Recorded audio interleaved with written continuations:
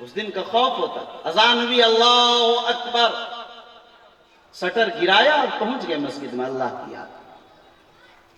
آبادی کا 5% آدمی آج نماز پڑھ رہا مشکل سے. بعض آبادیوں میں 2%، 3% لوگ نماز پڑھ رہے ہیں. اللہ کی رحمت نازل ہوگی یا لعنت نازل ہوگی؟ اللہ کی نصرت اور غیبی مدد آئے گی یا اللہ کی طرف سے مار اور پھٹکار پڑے گی؟ ذرا آپ اندازہ کیجیے. مدرسے والے پہنچ گئے تو مشکل سے زکوٰۃ اگر نکالنی ہی پڑ گئی کہ ڈائریکٹ مفتی امان اللہ صاحب آ گئے ہیں، ڈائریکٹ مولانا نعمت اللہ صاحب آ گئے ہیں، تب تو آپ نے سوچا کہ چلو یہاں دینا ہی پڑے گا، مجبوری ہے. اگر بیچارے استاذ یا سفیر چلے گئے تو ان سے تو کہہ دیا کہ دھان بہت دیر سے آئے، رکھ دیا. اب پہلے چلے گئے تو کہہ دیں گے ابھی تیار ہی نہیں ہوا، 10 دن بعد آئیے تاکہ ہم سمیٹ سکیں اس کو. یہ کس کے لیے کر رہے ہیں؟ کس کو دھوکہ دے رہے ہیں؟ زکوٰۃ آپ پر فرض ہے. آپ اپنے فرض کو نہ نکال کر آپ دعوت دے رہے ہیں ان سانپ اور بچھوؤں کو. آپ دعوت دے رہے ہیں اللہ کے اس عذاب کو جس کے لئے فرمایا فَتُقْوَى بِهَا جِبَاهُهُمْ وَجُنُوبُهُمْ وَظُهُورُهُمْ هَذَا مَا كَنَزْتُمْ لِأَنفُسِكُمْ فَذُوقُوا مَا كُنْتُمْ تَكْنِزُونَ. فرمایا کہ ان کی پیشانیوں کو تپتے ہوئے لوہے کے پتھروں سے داغا جائے گا، ان کی پسلیوں کو داغا جائے گا، ان کی پیٹھوں کو داغا جائے گا. وہ سانپ ان کی زبانوں پر ڈنک مارتا رہے گا، ہمیشہ کہے گا میں تمہارا مال، تمہارا خزینہ، تمہارا دفینہ، تمہاری دولت ہوں جس کو تم دنیا میں جمع کرتے تھے. یہ مولانا جائیں گے تو آپ زکوٰۃ نکالیں گے؟ امت کی اس بے حسی نے یہاں تک پہنچا دیا. کیا آپ کا فریضہ نہیں کہ سال بھر تجارت کر رہے ہیں، شعبان میں آ کر، رمضان میں آ کر اپنی پوری زکوٰۃ نکال کر اپنی فہرست بنا کر مدرسوں تک پہنچائیے؟ یہ آپ کا فریضہ ہے. اور نہیں پہنچا سک رہے، وہ آ ہی رہے تو آپ کے پاس تیار ان کا احترام استقبال کیجیے اور ان کو آپ دیجیے.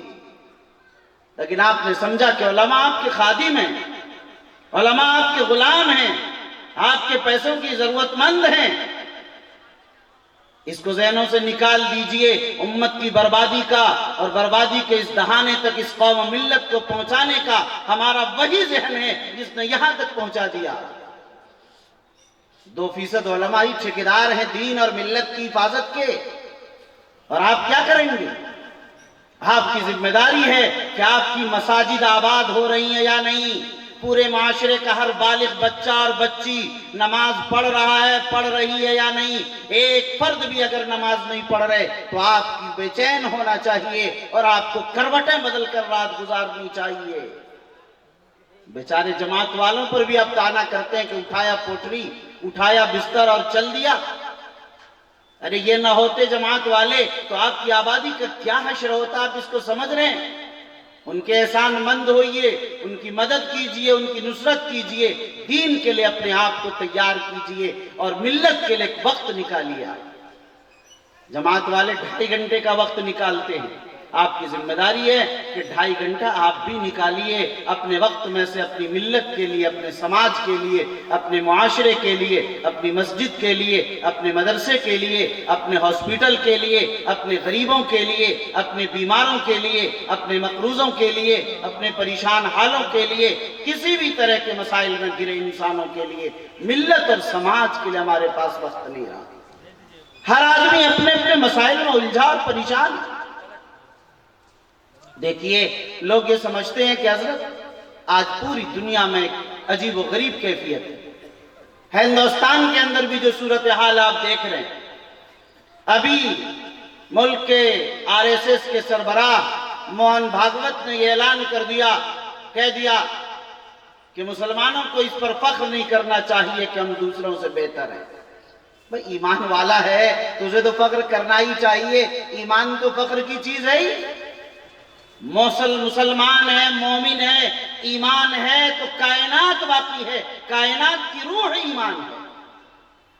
جس دن کلمہ طیبہ لا الہ الا اللہ محمد الرسول اللہ ختم ہو جائے گا اور ایمان والے ختم ہو جائیں گے، کائنات اور دھرتی ختم ہو جائے گی، اسرافیل سور پھونک دیں گے، قیامت آ جائے گی. تو انہیں نہیں معلوم، آپ نے نہیں بتایا، اپنی قیمت کا اندازہ نہیں کیا. ہم تو جھگڑنے میں لگ گئے، اختلافات میں لگ گئے، برادریوں کے جھگڑے، ذات برادری قبیلوں کے جھگڑے، مسلکوں کے جھگڑے، خاندانوں کے جھگڑے، بھائی بھیاری کے جھگڑے، کتنے جھگڑے اور اختلاف ہیں، الامان والحفیظ، ان جھگڑوں نے ہمیں کمزور کر دیا۔ قرآن اعلان کرتا اطیعوا اللہ ورسولہ ولا تنازعوا فتفشلوا وتذهب ريحكم واصبروا ان اللہ مع الصابرین، اللہ اور اللہ کے رسول کی اطاعت کرو اور آپس میں اختلاف مت کرو۔ اگر اختلاف کرو گے جانتے ہو کیا ہوگا؟ قرآن کہتا فتفشلوا، تم لوگ بزدل ہو جاؤ گے۔ بتائیے کہ کیا بزدلی آ گئی نہیں آ گئی؟ اپنوں کے لیے تم لاٹھی ڈنڈا بندوق نکال لیتے ہیں، دوسروں کے سامنے بزدل ہو جاتے ہیں۔ تم بزدل ہو جاؤ گے، تمہاری طاقت، ہمت، جرات کمزور پڑ جائے گی۔ آئے دن ہر آدمی محسوس کر رہا ہے ہماری طاقت، ہماری جرات، ہماری ہمت، ہمارا حوصلہ کہاں چلا گیا؟ یہ کس نے کیا؟ اسی اختلاف نے کیا کہ آپ کے پیچھے کوئی طاقت نہیں ہے۔ اور دوسری بات فرمایا قرآن نے فَتَذْهَبَ رِيحُكُمْ، تمہاری ہوا اکھڑ جائے گی، تمہارا روب ختم ہو جائے گا، تمہارا دبدبہ ختم ہو جائے گا، تمہاری شان و شوکت ختم ہو جائے گی۔ بتائیے کہ ہمارا روب و دبدبہ رہ گیا؟ شوکت باقی رہ گئی؟ پہلے مسلمان کم تھے، کمزور تھے، مگر ان کی شان اور شوکت تھی، آج سب ختم ہو گئی۔ آج تو اس ملک کے سیاست دانوں کو ہمارے ووٹ کی بھی ضرورت باقی نہیں رہی۔ کوئی مسلمان کا نام اس لیے لینے کو تیار نہیں کہ ہمارا ووٹ بینک خراب نہ ہو جائے، اور یہ اس کو قطعاً ڈر نہیں کہ اگر مسلمان کا نام نہیں لیں گے تو ان کا ووٹ کھسک جائے گا، اس کا ڈر اس کو نہیں۔ کس پارٹی کا نام لیجئے، بی جے پی کو تو چھوڑ ہی دیجئے، لیکن جو دوسری پارٹیاں جو سیکولر کا پورا تمغہ اپنے سر پر تمغہ امتیاز سجا کر اس صوبے میں پھر رہی اور ملک میں پھر رہی، ان کی صورتحال ہے، نام لینے کو تیار نہیں۔ جو جتنا بڑا سیکولر ہے وہ اتنا زیادہ مسلمانوں سے دور ہے۔ میں ان کی کمی پر بات نہیں کر رہا، میں کہنا چاہتا ہوں کہ وَتَذْهَبَ رِيحُكُمْ، تمہاری ہوا اکھڑ جائے گی، تمہاری شوکت ختم ہو جائے گی، تمہاری ہیبت کمزور پڑ جائے گی، تمہارا دبدبہ باقی نہیں رہے گا۔ آپ اس کا ایک عام مظاہرہ کر لیجئے، کوئی پرسان حال نہیں اس امت کا اور ملت کا اس وقت۔ یہ اسی اختلاف نے آپ کو یہاں تک پہنچایا۔ اس لیے آپ کو یہ دیکھنا چاہیے کہ ہم راستے سے ہٹ چکے ہیں، ہمارا مقصد یہ نہیں ہے۔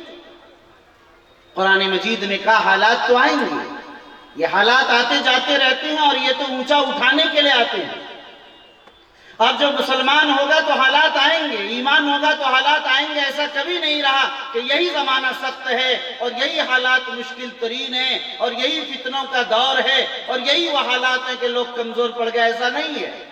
ان مایوسیوں کو، ان نا امیدیوں کو، ان احساس کمتری کی باتوں کو ذہنوں سے ملت کے نوجوانوں نکال دینا چاہیے آپ کو، اور تاریخ کے صفحات پر آپ کی نظر رہنی چاہیے کہ یہ کچھ بھی حالات نہیں ہیں، اس سے سخت، بد سے بدتر اور نہایت بدترین حالات سے ہمیشہ یہ امت گزرتی رہی ہے۔ لیکن انہی حالات میں ان کا چراغ جلا ہے، اسی صف میں کوئی قائد پیدا ہوا ہے، اور اسی صف میں اللہ کا کوئی مخلص، کوئی برگزیدہ بندہ، کوئی مرد درویش پیدا ہوا، کھڑا ہوا ہے، جس نے پورے ملک کے نظام کو اور جس نے پوری ملت کی کایا کو پلٹ کر ایسا عظیم انقلاب برپا کیا کہ ملت کو پھر ایک عظیم مقام پر کھڑا کر دیا ہے۔ آج ضرورت اسی کی ہے کہ کوئی قائد پیدا ہو، کوئی عمر بن عبدالعزیز پیدا ہو جو آئے، محمد بن قاسم پیدا ہو جو آ کر اس ملک کو، اس ملت کو سنبھالا دے سکے۔ لیکن یہ نئی کوئی چیز نہیں۔ آپ اگر دیکھیں تو ہر زمانے میں 1857 کے حالات کو پڑھیں، 1947 کے حالات کو پڑھیں، کیسے مشکل ترین حالات، یہ تو ابھی کچھ بھی نہیں۔ اور یہ چیزیں آتی رہنی ایمان کی علامت بھی ایک چیز آپ کے ذہن میں رہنی چاہیے۔ قرآن کہتا ہے احسب الناس ان یترکوا ان یقولوا آمنا، لوگوں کا کیا خیال ہے کہ وہ لوگ چھوڑ دیے جائیں گے جبکہ وہ لوگ کہہ رہے ہیں کہ ہم ایمان لائے، ہم مومن ہیں، کلمہ طیبہ پڑھ رہے ہیں، لا الہ الا اللہ محمد رسول اللہ کا نعرہ بلند کر رہے ہیں اور ایمان والا ہونے کا دعویٰ کر رہے ہیں، اس کے باوجود انہیں چھوڑ دیا جائے گا، آزمایا نہیں جائے گا؟ ایسا نہیں ہو سکتا۔ ان یقولوا آمنا، لوگ کہیں ہم مومن ہیں، وہم لا یفتنون، آزمائے نہ جائیں، ایسا نہیں ہوگا۔ آزمائش کی بھٹی میں انہیں تپایا جائے گا۔ انہیں مشکل حالات سے گزارا جائے گا. اور یہ آج کا مسئلہ نہیں ہے، قرآن کہتا ہے یہ ہر زمانے میں رہا. وَلَقَدْ فَتَنَّا الَّذِينَ مِن قَبْلِهِمْ، ہم نے پہلوں کو بھی آزمایا، ہم بعد والوں کو بھی آزمائیں گے. اس آزمائش کا مگر مقصد کیا یہ سمجھ لیجئے. سمجھانے کی بات اصل یہ ہے، یہ جو آزمائش آتی ہیں، حالات آتی ہیں، یہ کیوں آتی ہیں؟ قرآن کہتا ہے فَلَيَعْلَمَنَّ اللَّهُ الَّذِينَ صَدَقُوا وَلَيَعْلَمَنَّ الْكَاذِبِينَ. ہم آزمانے کہ سچا کون ہے، جھوٹا کون ہے. ہم آزمانے کہ مخلص کون ہے، منافق کون ہے. ہم آزمانے کہ کامل ایمان والا کون ہے اور کمزور ایمان والا کون ہے جو ارتداد کی طرف چلا جا رہا ہے. آج دیکھ رہے ہیں کھڑا کھوٹا سامنے آ رہا ہے، مخلص اور منافق سب نکل کر سامنے آ جا رہا ہے. اسی لیے یہ حالات پیدا کیے جاتے ہیں. ان حالات میں آپ کو ایمان پر جمنا، راہ شریعت پر چلنا، راہ طریقت پر گامزن رہنا، مرضیات مولا پر زندگی گزارنا اور ساری بوقلمونیاں، رنگینیاں اور ساری چیزوں کو چھوڑ کر اللہ کی رضا کے لیے زندگی گزارنا، سارے مشکلات سے گزر کر ایمان پر استقامت اختیار کرنا، یہ اصل ایمان والوں کی شان و علامت ہے. دیکھیے یہاں آپ کو سمجھنا یہ کہ ان حالات میں ہمیں مومن اور مخلص بن کر کیسے رہنا ہے، ہمیں کیا کرنا ہے. بات اصل یہ ہے، میں نے ایک بات کہی کہ سب سے پہلے آپ کو یہ ضروری ہے کہ آپ ہر فرد اپنی اپنی اصلاح کر دیں. اپنی اپنی اگر اصلاح کر لیں آپ کامل مسلمان بن جائیں.